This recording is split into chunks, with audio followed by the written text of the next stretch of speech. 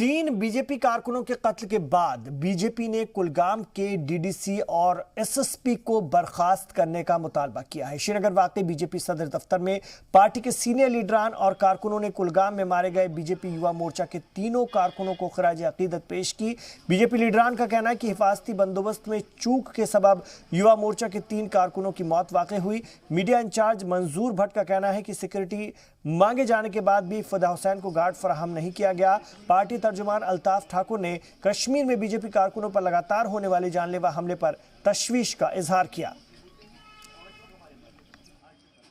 ये वो लोग हैं जो लोगों के काम करते हैं, जो लोगों के घरों में जाके उनकी मुसीबतें, उनकी परेशानियां सुनते हैं, उनको अजाला करने के लिए एडमिनिस्ट्रेशन तक जाते हैं। इनको मार के क्या हासिल होने वाला है?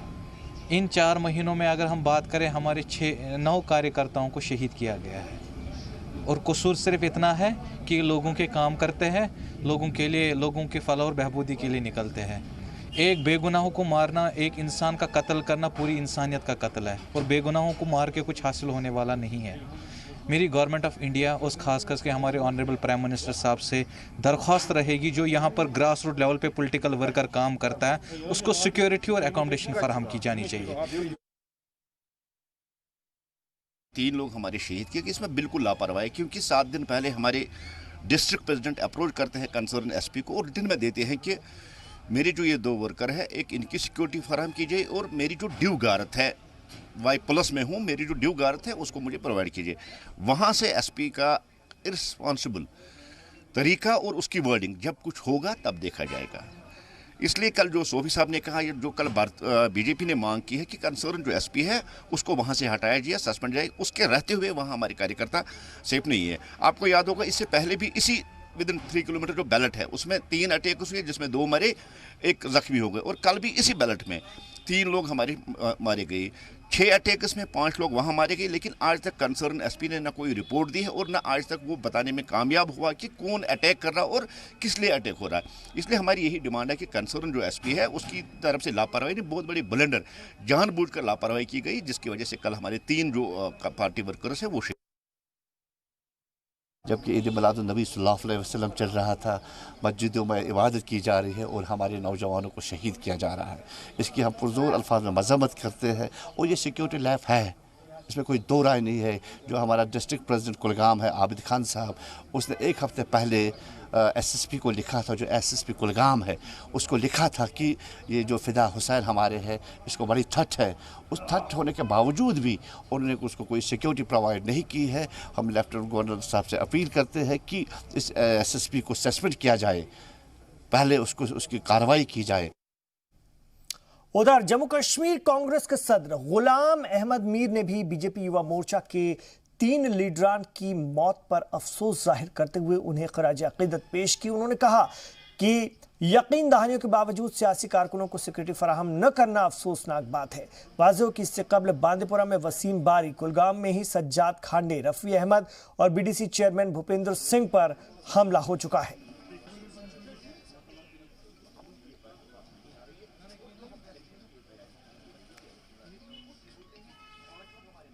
हमने तो सबसे पहले कंडेम किया, क्योंकि किसी किस्म की किलिंग, सिविलियन हो, किसी पॉलिटिकल पार्टी का हो, मतलब इसका फौज का हो, तो क्यों ये मारदाड़ क्यों हो। और इस वक्त हमारे साथ हमारे रिपोर्टर फारूक वानी फोन लाइन पर हैं, उनसे मजीद बात करेंगे श्रीनगर से। फारूक वानी, लगातार सभी सियासी जमातों ने, बिलखुसूस बीजेपी के लीडरान ने जम्मू कश्मीर के, उनके कश्मीर के जो सदर हैं बीजेपी के, उन्होंने, तमाम लोगों ने इस बात पर फिक्र जताई है और हमेशा से जताते रहे हैं कि सिक्योरिटी कहने के बाद भी फराहम नहीं कराई जा रही, बार बार गुजारिश करने के बावजूद भी, जिसके चलते मिलिटेंटों के हौसले बढ़ रहे हैं और वो बीजेपी कारकुनान और लीडरान को सीधे निशाने पर ले रहे हैं। जी बिल्कुल, जिस तरीके से कहा जा सकता है कि बेयार मददगार अब साबित हो रही है जम्मू कश्मीर पुलिस, क्योंकि लगातार जिस तरीके से सुरक्षा देने की मांग जो है उसको लगातार नकारने की जो प्रक्रिया है वो जारी है, जिसके चलते अब बीजेपी के खेमों में काफी रोष पाया जा रहा है। और आज भी हमने कई नेताओं से बात की तो सबके अंदर गुस्सा फूट रहा है और सभी जो इल्जामात हैं वो अब जम्मू कश्मीर पुलिस के खास तौर पर जो एसएसपी कुलगाम है उस पर लगा रहे हैं, क्योंकि जिस तरीके से भारतीय जनता युवा मोर्चा के जो संगठन से जुड़े 3 कार्यकर्ता जो थे उनकी जिस तरीके से हलाकत हुई है, और उसके बाद ये जो नेता हैं जो कि कुलगाम के एसएसपी के पास गए हैं और उनको कहा है कि वो सिक्योरिटी उनको फराहम करे, लेकिन कई बार उसके पास जाने के बावजूद भी उन्होंने एक रिटन खत भी उसको दिया है, लेकिन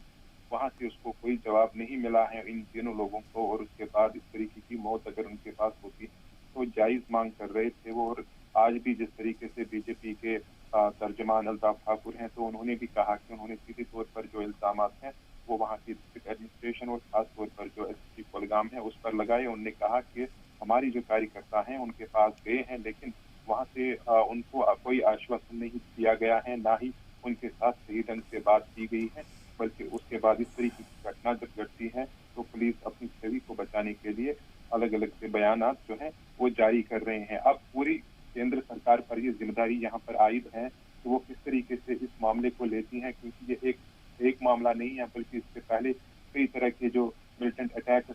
हुए हैं बीजेपी के कार्यकर्ता और बीजेपी के नेताओं के ऊपर, और खास तौर पर जिस तरीके से सज्जाद खांडे के ऊपर हमला किया गया था इससे पहले कुलगाम के क्षेत्र में ही, और उसकी हत्या की गई थी और उसके एक साथी को गंभीर रूप से घायल किया गया था। तो इस तरीके की जो अब गुस्सा है वो जायज गुस्सा है, और न सिर्फ दक्षिणी कश्मीर में बल्कि उत्तरी कश्मीर में भी जो भी भारतीय जनता पार्टी के नेता हैं और कार्यकर्ता हैं उनका अब आक्रोश जो है वो बढ़ रहा है, क्योंकि अब कहीं ना कहीं केंद्र सरकार को यहाँ पर अपनी जो है अमल दखल करना जरूरी होगा, ताकि इस मामले को किसी तरीके से निपटाया जाए। और जो कि अब कल भी उपराज्यपाल के सलाहकार आर भटनागर ने कहा है, उनको क्या आश्वासन दिया है और सुनिश्चित किया है कि जो भी कार्यकर्ता या बीजेपी के नेता हैं हम फिर से उसको एक सिक्योरिटी रिव्यू लेंगे, और जिनके पास सिक्योरिटी नहीं है, सुरक्षा का मुद्दा है, उनको हम सुरक्षा जो है वो प्रोवाइड करेंगे। लेकिन अभी तक बहुत सारे आश्वासन इससे पहले भी दिए गए हैं। फिलहाल इस बारे में अभी जो बीजेपी के नेता हैं उन्होंने थोड़ा बहुत संतुष्ट है इस बात को लेकर के आने वाले दिनों में या आने वाले कुछ सप्ताह में इस पर कोई अमल हो पाए, ताकि उनके जो कार्यकर्ता हैं अभी ग्राउंड जीरो पे काम कर रहे हैं, उनके जो मुद्दे हैं सुरक्षा के, कहीं ना कहीं उसको सुलझाने की अब उनकी एक आशा जरूर दिखी है। लेकिन अब ये चीज सभी तब सही साबित होगी जब आने वाले दिनों में या आने वाले सप्ताहों में कुछ प्रक्रिया इस बारे में शुरू की जाएगी। और बिल्कुल ये बहुत अहम है और ये देखना बहुत जरूरी भी होगा, हम इस पर नजर भी बनाए रखेंगे। आपके जरिए फारूक वानी की कितनी जल्दी सिक्योरिटी फराहम कराई जाती है और कितनी जल्दी इस पूरे मामले को अब संजीदगी से लिया जाता है। बहुत शुक्रिया इस पूरी बातचीत के लिए श्रीनगर से।